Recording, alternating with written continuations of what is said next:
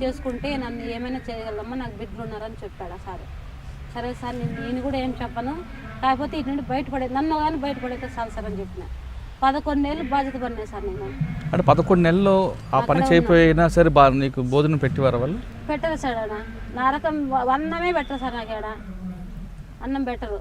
ఒక పిల్లోడు వచ్చి హిందీ పిల్లోడు వచ్చినాడు సార్. హిందీ పిల్లోడు వస్తే నా పిల్లోడికి వచ్చి వేజ్ ఏమి ఎక్కువ లేదు సార్. ఆడ తమ్ముని మాదిరిగా ఉన్నాడు సార్.